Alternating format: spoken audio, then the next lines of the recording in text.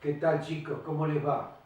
Bueno, hoy vamos a hablar de un nuevo género, el género Clostridium. Es un género que tiene numerosas especies. Si no me falla la memoria, son 39 especies. Bueno, de las cuales las que nosotros más conocemos es el Clostridium botulinum, que causa botulismo, el Clostridium tetani, que provoca el tétanos, y el Clostridium perfringens, que es el que provoca la gangrena gaseosa. Tendríamos que decir que las bacterias del género Clostridium son bacterias anaerobias, son bacilos gram positivos y abundan en la naturaleza. Las encontramos en el suelo, también en las aguas y también en nuestro intestino. Y generalmente estos Clostridium son parásitos y saprófitos, salvo 6 especies que sí que pueden afectar al hombre y llevarlo a la muerte. Son bacterias que forman esporos, que esporulan. Y el esporo, ustedes saben, se acordarán de las primeras clases, el esporo es una forma de resistencia. Esporulan, son móviles, y la movilidad se la dan unos flagelos peritricos que poseen. ¿Y qué forma tienen? Tienen la forma de un fósforo. No es el bastoncito, el bacilo, el palito que estamos acostumbrados a ver, sino la forma de un fósforo, ¿no? El palito con la cabecita de fósforo. O si no, también forma de palillo de tambor, o si no, forma de uso de hilar. Cuando se hila el carretelo, se pone el hilo, bueno, el uso de hilar. De ahí su nombre en griego. En griego es kiostro, no kiosco, sino kiostro, que significa uso de hilar. Bueno, las especies más importantes ya las dijimos, y las características de este género son las siguientes. Producen endosporas. Estas endosporas son peligrosas. Su metabolismo es anaerobio estricto, o sea, nada de oxígeno. Otra característica bioquímica que presentan es la incapacidad de reducir los sulfatos a sulfitos, y su pared celular es gram positiva en los cultivos frescos y a veces se transforma en gram negativa en los cultivos viejos. Los Clostridium generalmente a veces están solos, a veces están en parejas, o si no, en cadenas cortitas, no forman cadenas largas. Dijimos ya que son móviles, con sus flagelos peritricos, producen cápsula, forman esporas. Estas esporas tienen un aspecto esférico o ovalado, de ahí lo de forma de fósforo, ¿no? De palito de fósforo, el palito con la cabecita. Estos esporos están generalmente en el centro del bacilo, o a lo mejor, y también pueden estar en un extremo subterminal. Son bastante resistentes al calor, los esporos, y no todos los miembros de la especie tienen la misma sensibilidad al oxígeno. Por ejemplo, el Clostridium tetani requiere total anaerobiosis, repito, total anaerobiosis, es decir, oxígeno cero. El Clostridium perfringens acepta un poquito de oxígeno, es menos exigente. Y crecen a una temperatura de 37 grados y a un pH generalmente entre 7 y 7,4, es decir, entre neutro y ligeramente alcalino.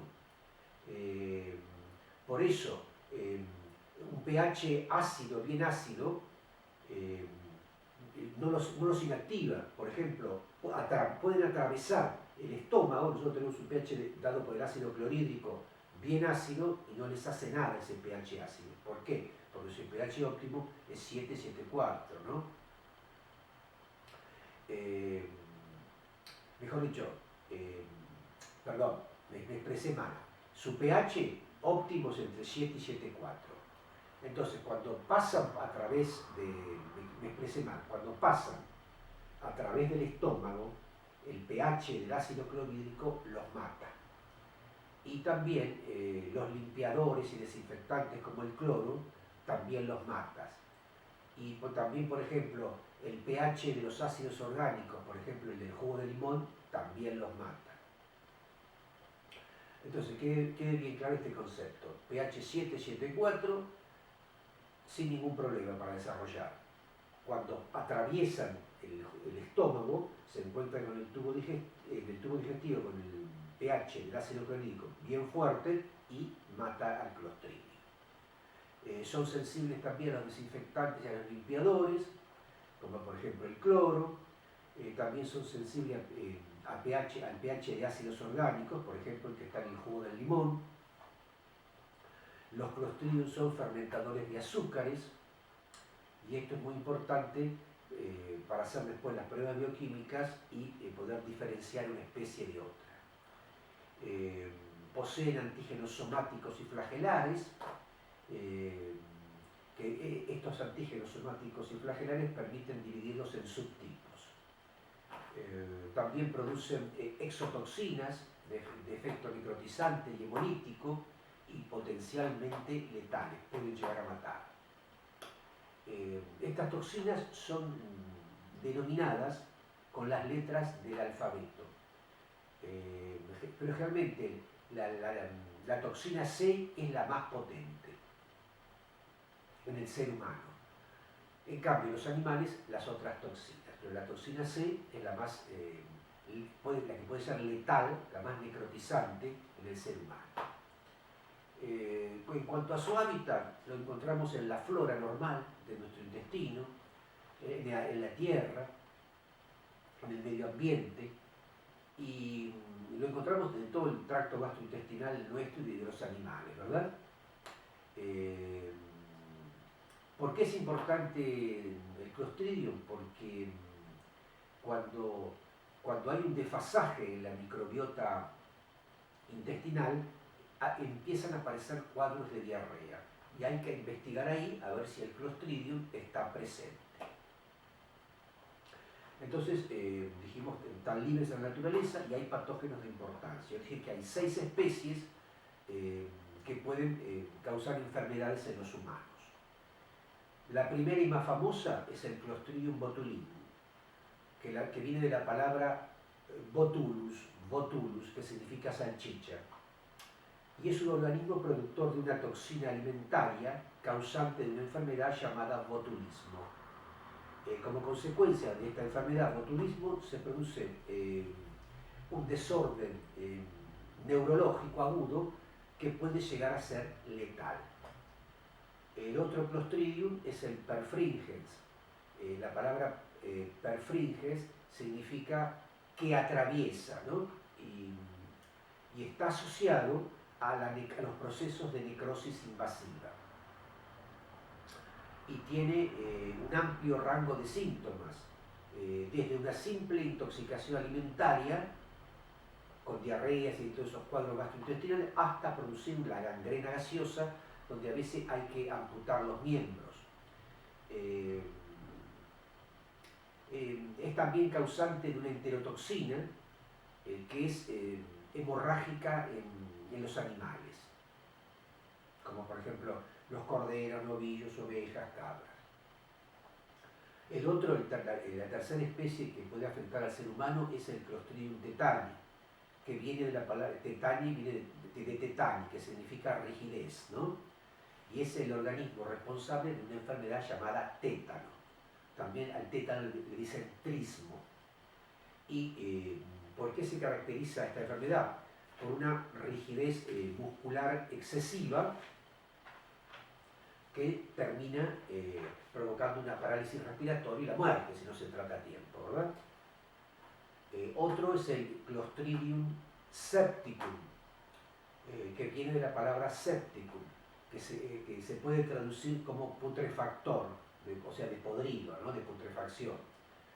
Y el Clostridium septicum es el agente etiológico de las septicemias provocadas por el Clostridium, que tienen altísima tasa de mortalidad.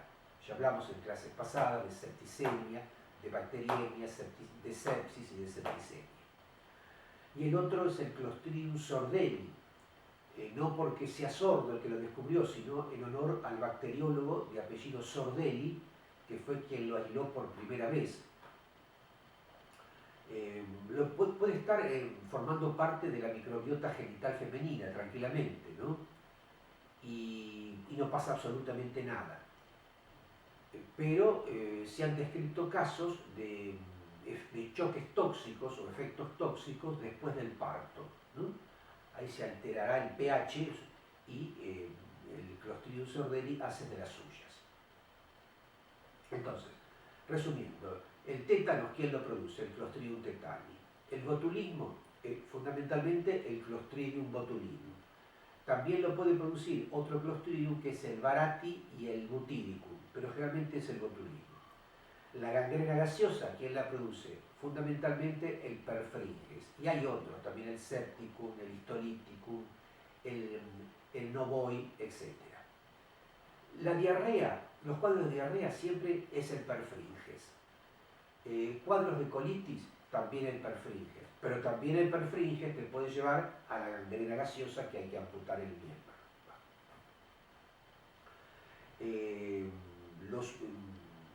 Las bacterias del género Clostridium no solamente pueden afectar al hombre, sino también a los animales, ya lo dijimos.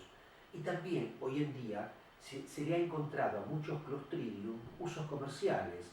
Por ejemplo, hay un Clostridium que se llama Thermoselum, que genera etanol, o sea, alcohol etílico. Se usa para producir etanol.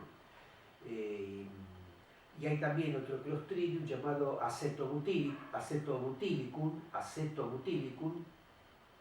que se lo conoce también como Clostridium de Weismann, porque fue usado por primera vez este señor Jaime Weismann en la producción de acetona y biobutanol, partiendo del almidón, ¿no? En el año 1916, ¿para qué? Para obtener pólvora y TNT, trinitrotolueno. O sea, fíjense cuántos usos comerciales tienen también las bacterias del género Clostridium. Y también tenemos el Clostridium, que tiene un nombre raro,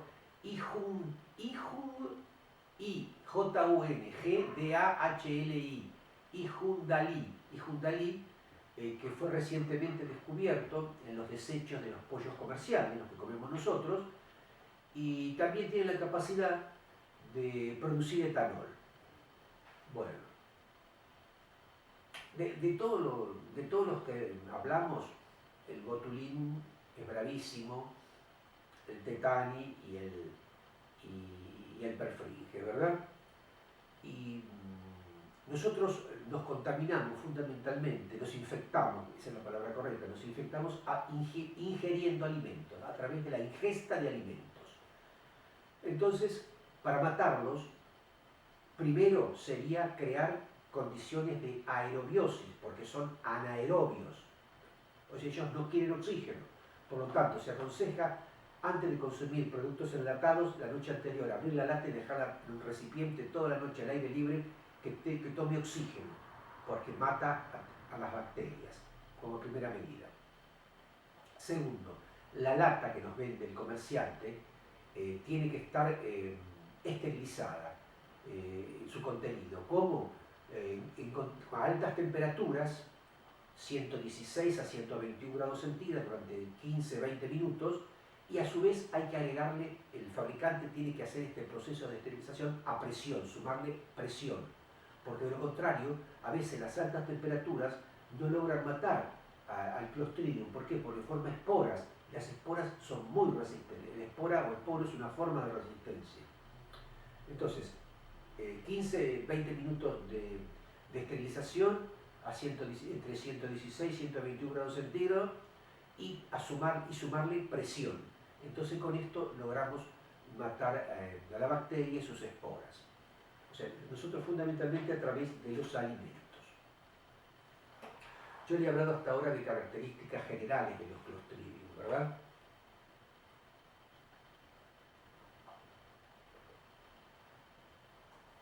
Ahora vamos a hablar un poquito del Clostridium botulinum. Bueno, ¿qué vamos a decir del Clostridium botulinum? Por supuesto, el Clostridium botulinum tiene todas las características que yo acabo de decir recién, ¿verdad? Yo dije recién todas las características generales del Clostridium botulinum. Bueno, dije, por supuesto, es una bacteria gram positivo, bacilo gram positivo, anaerobio, todas esas cosas lo dijimos. Es anaerobio, aunque acepta un poquito de oxígeno, no es tan estricto como nosotros, pero es anaerobio, la característica es anaerobio.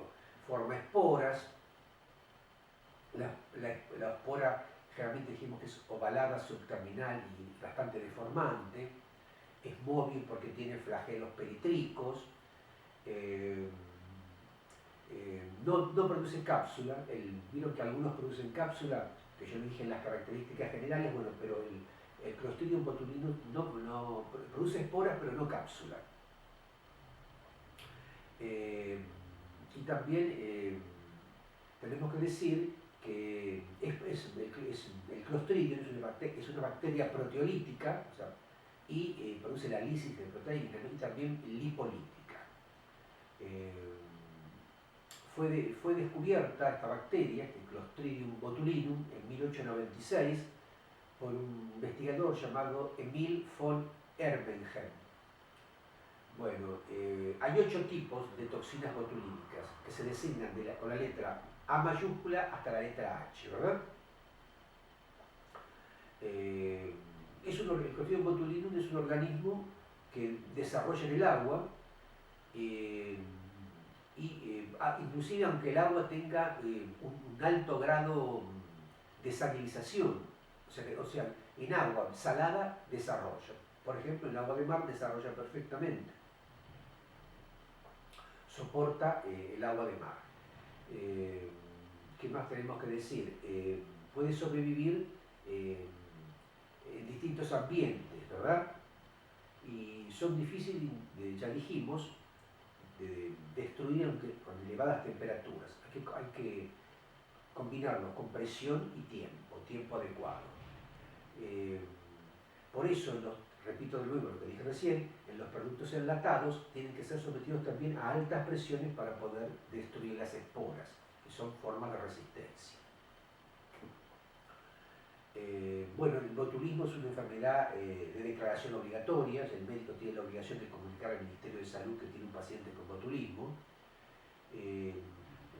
Nosotros nos contagiamos, nos infectamos, mejor dicho, nos infectamos fundamentalmente a través de los alimentos, tanto alimentos de origen vegetal o de origen animal. Las conservas caseras son muy peligrosas para pescar el botulismo. Cuando uno abre una lata y está deformada y uno al abrirla sale gas de adentro, es muy probable que adentro esté el Clostridium botulinum, por lo tanto debe desecharse, ¿no? Las latas echadas haya fallado el proceso de esterilización.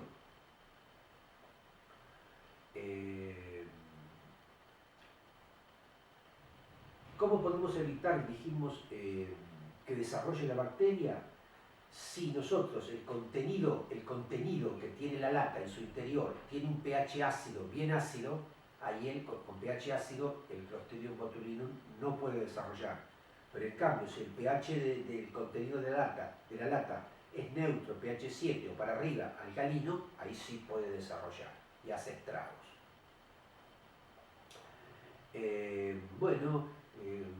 También si yo someto a la lata abro la lata y la hago esté en contacto con el oxígeno, mato la bacteria, ¿verdad? Muy bien. Por ejemplo, las latas que contienen vegetales son muy peligrosas, sobre todo espinacas y ese tipo de cosas. Siempre hay que tener mucho cuidado, hay que abrirlas, dejarlas en contacto con el oxígeno del aire, ¿verdad? Y si están hinchadas, desecharlas. Las latas que tienen tomates o salsas, si son bien ácidas, no hay problema. Y los frascos de miel, jarabes de maíz, pueden llegar a tener Clostridium, ¿no? Pero las esporas no pueden crecer en soluciones con alta concentración de azúcar. Ahora, si el azúcar está diluido, ahí cambia totalmente. Y ojo, que en el jugo gástrico de los infantes se pueden desarrollar las esporas porque no tiene el pH adecuado. Y en neonatos, cuando se produce la colonización del intestino, ¿no? de todo el tracto gastrointestinal, también puede aparecer el Clostridium botulinum. Tiene muchos usos el Clostridium botulinum, ¿no? Tenemos que recordar siempre que sus esporas son termoresistentes. Muy bien. Por ejemplo, la cepa de Clostridium botulinum es utilizada para la preparación de ¿qué? De la toxina botulínica. ¿Y por qué? ¿Qué hacemos con la toxina botulínica? Con fines cosméticos. Es decir, le aplican en determinadas zonas del rostro pequeñas cantidades de toxina botulínica y entonces actúan selectivamente sobre los músculos de la cara, ¿no? Y de esa manera, temporalmente, le sacan a la gente las arrugas faciales. También los médicos usan pequeñas aplicaciones de toxina botulínica en el rostro para tratar el dolor facial severo causado por la neuralgia del trigémino. Es decir, hoy en día los usos de la toxina botulínica son, a nivel cosmético, le inyectan la toxina. El Clostridium botulinum produce la toxina botulínica. Entonces, ¿qué hacen? Le inyectan esa toxina botulínica en el rostro, es decir, con fines cosméticos, para de esa manera producir una parálisis selectiva de los músculos de la cara y sacarle temporalmente las arrugas. Y las personas que tienen una enfermedad muy dolorosa que se llama neuralgia del trigémino, le dan pequeñas aplicaciones de toxina botulínica para quitarle el dolor facial. Es muy peligrosa la toxina botulínica porque existe el riesgo que sea usada como un arma biológica, ¿no? Y es tremendamente letal. Para que ustedes tengan una idea, 75 nanogramos pueden matar a una persona. Una gota de toxina botulínica puede matar más de 13 millones de personas. Y 550 gramos de toxina botulínica, más o menos un poquito más de medio kilo, es suficiente para matar a toda la población del planeta. Para que vean ustedes lo letal que es la toxina botulínica. Imagínense, si nosotros abrimos una lata y está dentro el Clostridium botulinum que produjo la toxina botulínica y nosotros comemos enseguida eso, se imaginan el estrago que hace dentro de nuestro organismo, ¿no? Por supuesto provoca los estados de parálisis y la gente hay que ponerla en respiradores, antiguamente se decía pulmotores, porque le paraliza todos los músculos y obviamente el mecanismo de la respiración no se lleva a cabo y muere.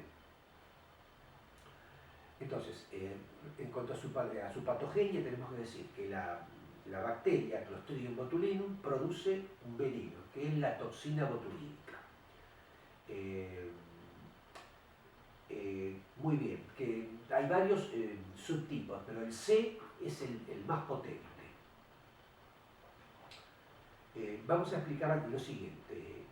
Cuando un individuo consume la bacteria o la toxina que produce, la toxina botulínica con el alimento, la acción patógena la ejerce la toxina, no la bacteria. Es muy importante esto. La acción patógena la ejerce la toxina, que es el veneno, y no la bacteria.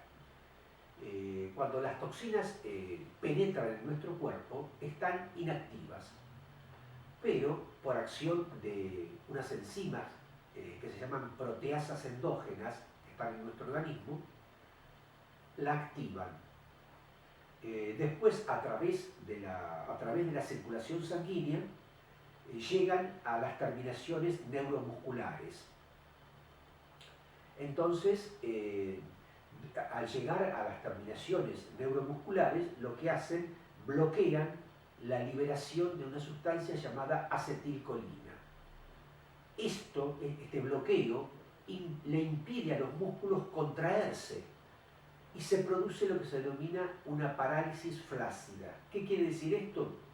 Es una parálisis en la que los músculos no están contraídos, sino relajados. Obviamente es imposible la respiración y la gente hay que ponerle respiradores y pulmotores. No todas las cepas de Clostridium botulinum producen toxina botulínica, eso es muy importante. Hay una cepa de Clostridium botulinum que se llama Clostridium sporógenes, que no produce toxina botulínica, ¿verdad? Y se usa mucho este Clostridium sporógenes para hacer estudios de estudios de investigación de los distintos subtipos de Clostridium botulinum que existen, ¿verdad? Van de la A a la H y el subtipo C es el más letal, el más bravo en el ser humano. Bueno, este es uno de los Clostridium importantes para el ser humano. Vamos a hablar dos palabritas del otro, del Clostridium tetani. Podemos decir que el Clostridium tetani es una bacteria letal, ¿no? Que forma esporas, es anaerobia como todos los Clostridium. El Clostridium está en todos lados. Lo podemos encontrar en nuestro hogar, en la comida, lo podemos encontrar en el tracto gastrointestinal de los animales y también provoca infecciones al ser humano, ¿no? Y la enfermedad que le provoca al ser humano se llama tétanos. Bueno, que puede ser el tétanos generalizado, puede ser cefálico, el otro es el tétanos de las heridas, y el otro es el tétanos neonatal. Por eso la mujer antes de tener familia hay que vacunarla contra el tétanos. Y al tétanos, al Clostridium tetanis, que produce la enfermedad llamada tétano, se lo conoce también con el nombre de bacilo de Nicolaier, porque Nicolaier fue su descubridor. Si hacemos un poquito de historia sobre el Clostridium tetani, tenemos que decir que la enfermedad del tétano ya se conoce desde la antigüedad, ¿verdad?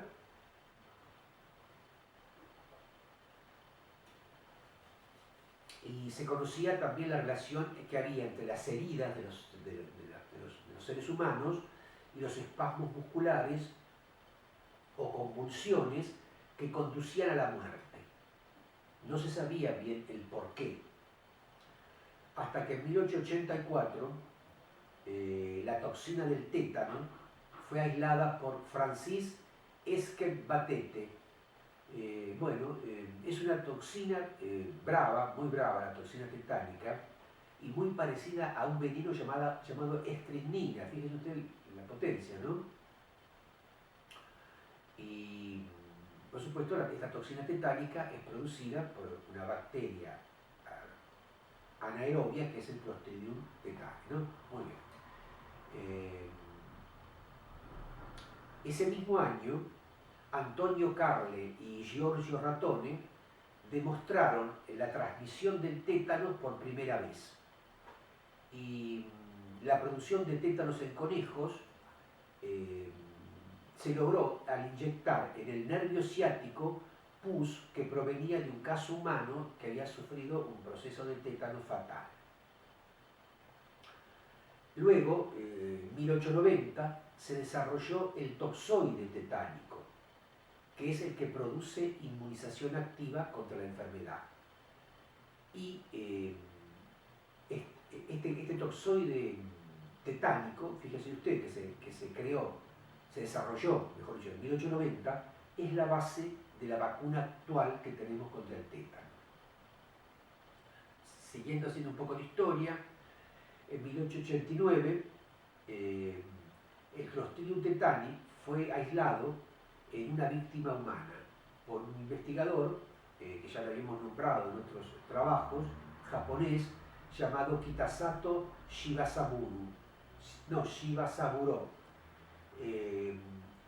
Además de aislarla, demostró que ese organismo era capaz de producir enfermedad cuando era inyectado en los animales, no solamente en el ser humano.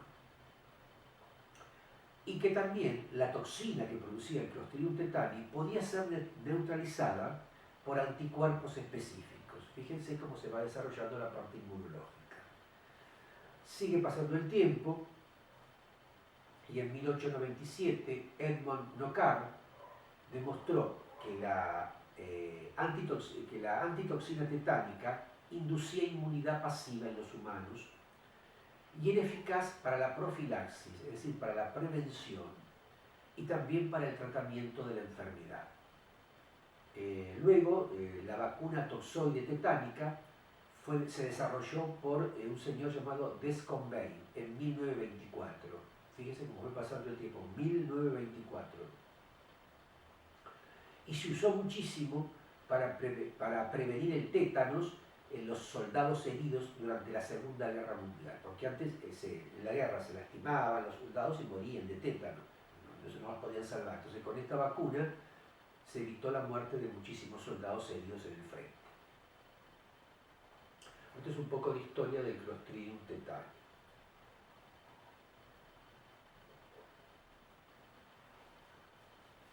El Clostridium tetani no tiene forma de vasija, así de palito, ¿no? Se tiñe de gran positiva en cultivos frescos y en cultivos más viejos de gran negativo, o sea que es un gran variable.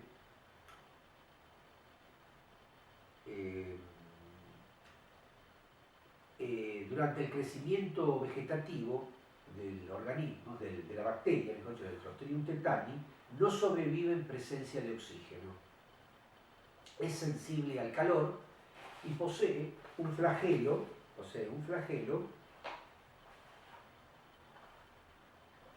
sobrevive al calor y posee un flagelo que le da motilidad. Muy bien, a medida que la bacteria madura, desarrolla una endospora terminal que le da su característica a la bacteria. ¿Vio? Cuando yo hablo de fósforo, bueno, en esa endospora terminal es la forma típica del Clostridium tetani, no el palito, no el bastoncito. Las esporas que produce el Clostridium tetani son muy resistentes al calor, extremadamente resistentes al calor y a la mayoría de los antisépticos. Son extremadamente resistentes al calor y a la mayoría de los antisépticos. Las esporas de Clostridium tetani están ampliamente distribuidas, están en la tierra, en la piel de los humanos, ¿verdad? Hasta inclusive contaminando otras sustancias químicas. Si tendríamos que mencionar un poquito los síntomas del tétanos, tendríamos que decir lo siguiente, que el tétano generalizado afecta a los músculos vulvares y también los paraespinales. ¿Qué causa esto? Causa algo que se llama trismo, risa sardónica, disfagia, irritabilidad y opistótonos.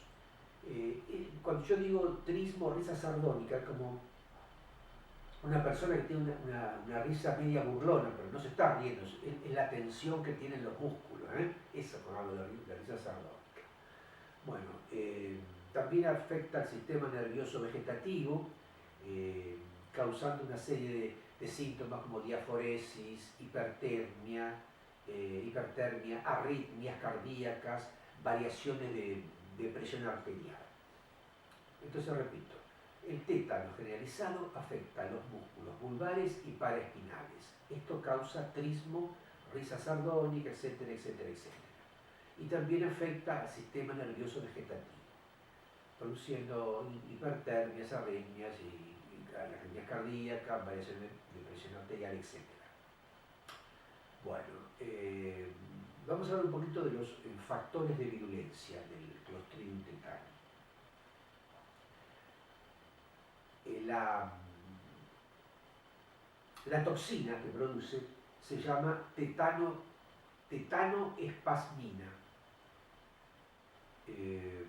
También tenemos que decir que también se le dice tetanolicina, hemolicina termolábil. Bueno, son de las dos formas que ustedes lo pueden encontrar. Es una neurotoxina termolábil, o sea, sensible a la temperatura, al calor, que bloquea la liberación de los neurotransmisores que inhiben, los neurotransmisores que son inhibidores de la contracción muscular. Como consecuencia se produce ¿qué? Una contracción continua que conduce a la llamada contracción tetánica. ¿Verdad? Entonces, repito,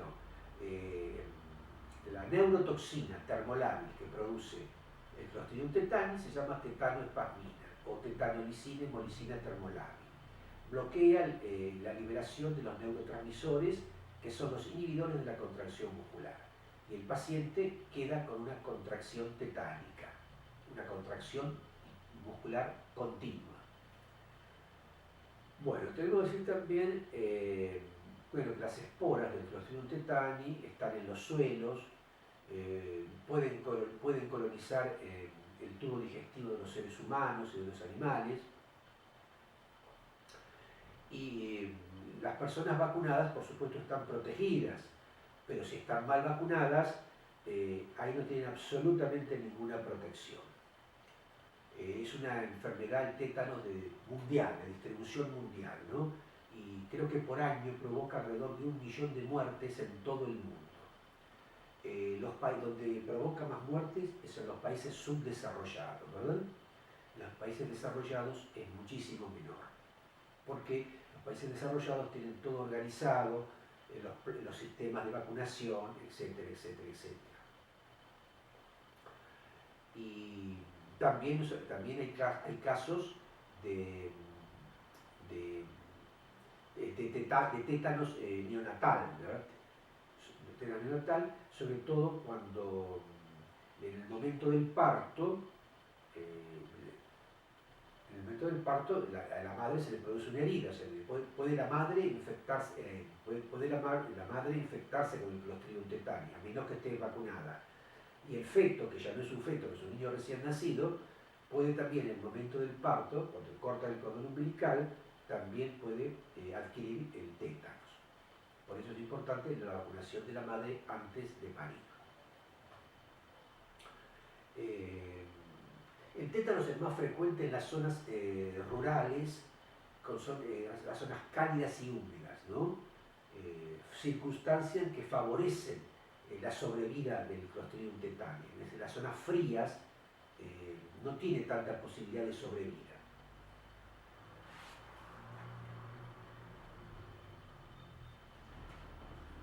Bueno, en cuanto al tratamiento, cuando ya el diagnóstico está hecho, ya se sabe que está infectado con el Clostridium tetani, es decir, tiene tétano, primero lo que tiene que hacer el médico es tratar de controlar esos espasmos musculares. Segundo, tiene que detener la producción de toxina, o sea, del veneno, esa toxina neurotóxica. Y luego tratar de neutralizar los efectos de esa toxina. Y le dan inmunoglobulinas, exactamente la inmunoglobulina tetánica. Es decir, lo que le están dando es anticuerpos que van a ir, como es inmunoglobulina tetánica, va a ir a neutralizar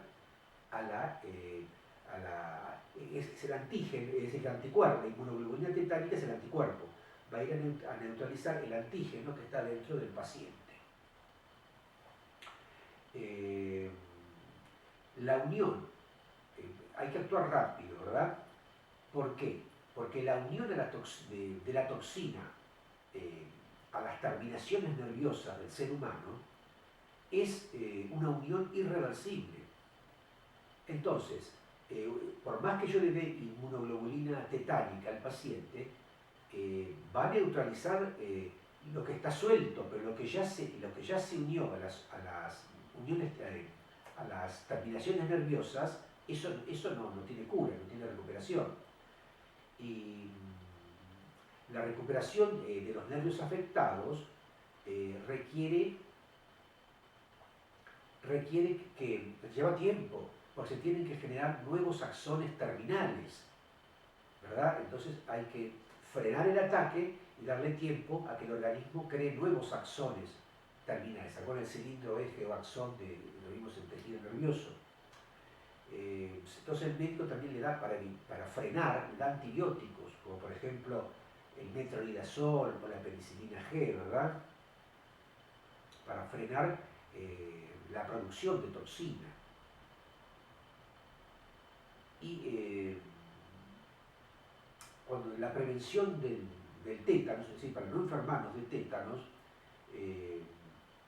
lo importante es cuando tenemos una herida, inmediatamente limpiarla, lavarla con agua y jabón e ir a la salita más próxima. Y ahí nos van a interrogar si estamos vacunados, no estamos vacunados, qué dosis hemos recibido. Y la profilaxis, es decir, la prevención contra el tétano, es la administración de la vacuna antitetánica. Creo que son 3 dosis del toxoide tetánico, seguida después de 2 dosis cada 10 años.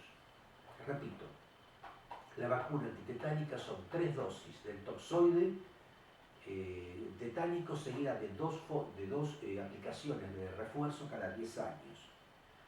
Y después, o sea que el tétano no se transmite de una persona a otra, ¿no?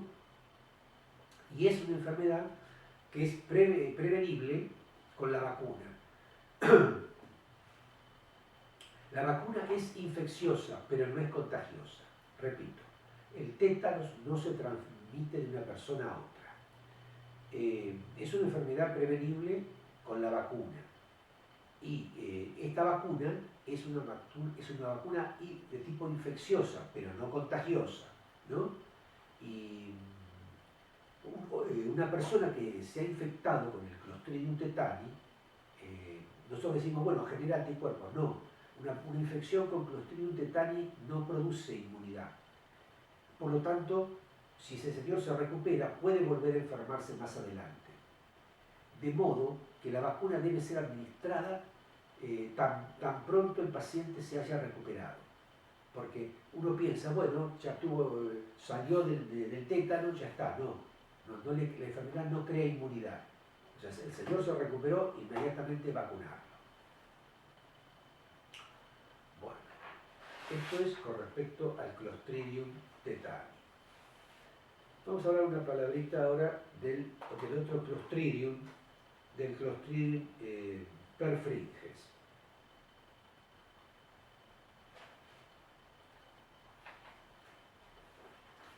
Bien.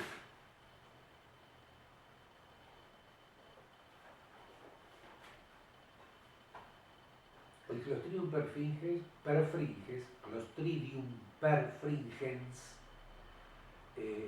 es una bacteria anaerobia, gram positiva, capsulada. ¿Se acuerda que el botulino no era capsulado? Este es capsulada, esporula, o sea, como todos los miembros de la familia, esporula. ¿Se acuerdan que las otras eran móviles, que tenían el flagelo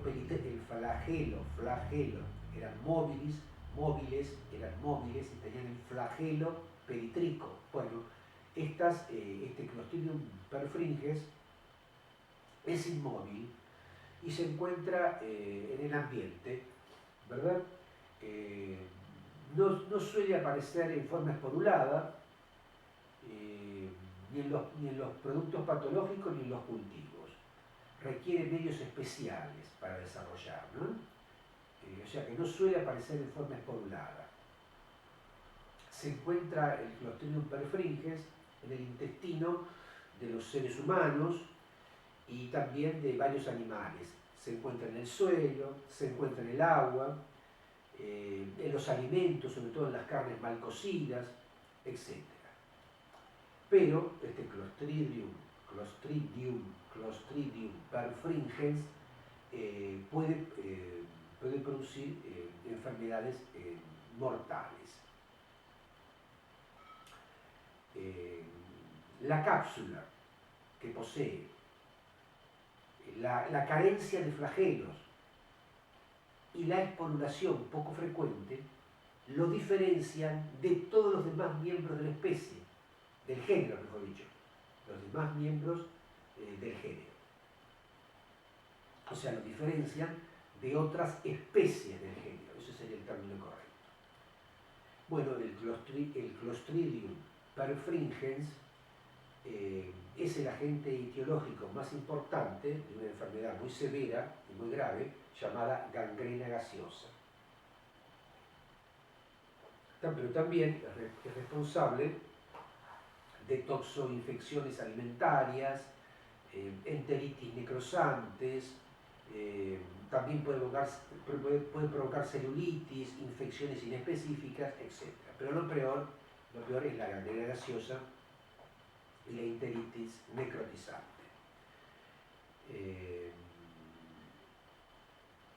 Su acción patógena está dada por la producción de varias toxinas. Son toxinas citotóxicas, ¿verdad? Además de producir toxinas citotóxicas, produce enterotoxinas y varias enzimas extracelulares con actividad biológica, como por ejemplo las colagenasas y las hialuronidasas. Dijimos que entonces produce toxina, ¿verdad? ¿Para qué? Cuando produce toxina puede provocar enteritis necrótica o gangrena gaseosa. Muy bien, vamos a ver un poquito qué es lo que pasa en la gangrena gaseosa. En la gangrena gaseosa, el Clostridium perfringens provoca la destrucción de los tejidos infectados. Por supuesto, siempre y cuando no se lo elimine rápidamente con tratamiento, ¿no? ¿Y por qué ocurre esto? Porque se liberan exoenzimas específicas que atacan las moléculas que constituyen los tejidos de los animales y provocan la putrefacción, o sea, la pudrición del tejido, y luego viene la producción de gas. De ahí el nombre de gangrena gaseosa. Actualmente el tratamiento con antitoxinas, con antibióticos y también la profilaxis quirúrgica es muy efectivo, ¿no? Y salva muchísimas vidas y evita muchas veces las amputaciones y la muerte, porque si no hay que amputar y después por último viene la muerte. O sea que la amputación hoy en día, gracias a las antitoxinas, al antibiótico y la profilaxis quirúrgica, la amputación y la muerte se ha reducido muchísimo. Lo podemos encontrar con Clostridium perfringens en las aguas. Es el tercer indicador de contaminación fecal en aguas. Es una bacteria que se destruye a temperaturas superiores a 121 grados centígrados. De las 8 toxinas que produce, 4 de ellas son letales. Y se han utilizado estas toxinas para agrupar las cepas en 5 tipos toxigénicos. Muy bien, hay varios tipos de Clostridium, se me lengua la traba, hay varios tipos de Clostridium perfringens que son el Clostridium perfringens tipo A, el Clostridium perfringens tipo B, el Clostridium perfringens tipo C, el Clostridium perfringens tipo D y el Clostridium perfringens tipo E. De todos estos, el C es el más bravo, ¿no? En el ser humano. El A también, pero sobre todo el C. Por supuesto, es el que tiene más importancia en la medicina humana y también en la medicina veterinaria, ¿no? Este, este Clostridium perfringens lo podemos encontrar en la microbiota intestinal. Y es muy delicado, es potencialmente patógeno, tanto para animales como para el hombre.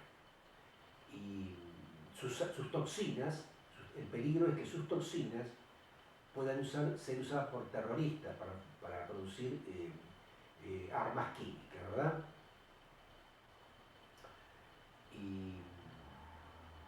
Pero también las toxinas se pueden usar para tratamientos antitumorales, o sea, como todo, se puede usar para el bien o para el mal. El Clostridium perfringens tipo A es responsable de la mayoría de los casos clínicos en el hombre, y el tipo C produce ocasionalmente enteritis necrotizante, ¿verdad? La enterotoxina es producida por múltiples especies, por múltiples cepas, mejor dicho, ¿no? Voy a repetir, la enterotoxina es producida por múltiples cepas del tipo A. Muy bien, entonces el A y el C son, el Clostridium A y C son los que más atacan al ser humano, ¿no? El A más que el C. Vamos a hablar un poquito de esta famosa enterotoxina que produce, ¿no? Esta enterotoxina tan brava que puede matar al ser humano o puede, a su vez, si se usa con fines médicos, puede ayudar en tratamientos antitumorales. Bueno, tenemos que decir que esta enterotoxina es una proteína de bajo peso molecular. Es una enterotoxina, es termolábil, y el calentamiento en solución salina a una temperatura de 60 grados durante 5 minutos destruye su actividad biológica. ¿Se acuerdan que las otras toxinas había que calentarse a 100 grados? Bueno, esta con 60 grados es suficiente. Además, esta enterotoxina que produce el Clostridium perfringens, es muy sensible a pHs extremos. Se han propuesto diversos mecanismos de cómo actúa la enterotoxina, ¿verdad? Y se dice que una acción colinérgica derivada de la acción de una enzima llamada lecitinasa y alternativamente o al mismo tiempo una toxina con acción tipo cólera, activando la secreción de iones cloruro en el lumen, lo que conlleva a la repetición de iones sodio y el secuestro de agua en el intestino. Y un tercer mecanismo sugiere efectos endoteliales que llevan ¿a qué? A una vasodilatación del intestino y al aumento de la permeabilidad del mismo. Un cuadro clínico de intoxicación alimentaria se produce cuando ingerimos gran número de bacterias. Así que en ese aspecto no se necesitan dosis tan pequeñas como el Clostridium botulinum. Los síntomas aparecen tras un periodo de incubación entre 8 y 24 horas. Y el cuadro clínico se caracteriza ¿por qué? Por un dolor abdominal y también diarreas severas. Generalmente tiene la característica de que cursa sin fiebre. ¿Se acuerda que mencionamos nosotros esto cuando hablamos del coprocultivo? Y es una enfermedad de corta duración. Y si se trata bien, se recupera el paciente, ¿no? Se recupera, salvo que el paciente esté inmunodeprimido, esté debilitado, o sea un niño pequeño, ya tenga pocas defensas. Es decir, a pesar de su toxicidad, tratada a tiempo, el paciente se recupera. Tenemos que decir también que el cuadro clínico de la enteritis necrotizante es un cuadro muy infrecuente. O sea, la enteritis necrotizante no se da con tanta frecuencia, pero cuando se da es grave, ¿no?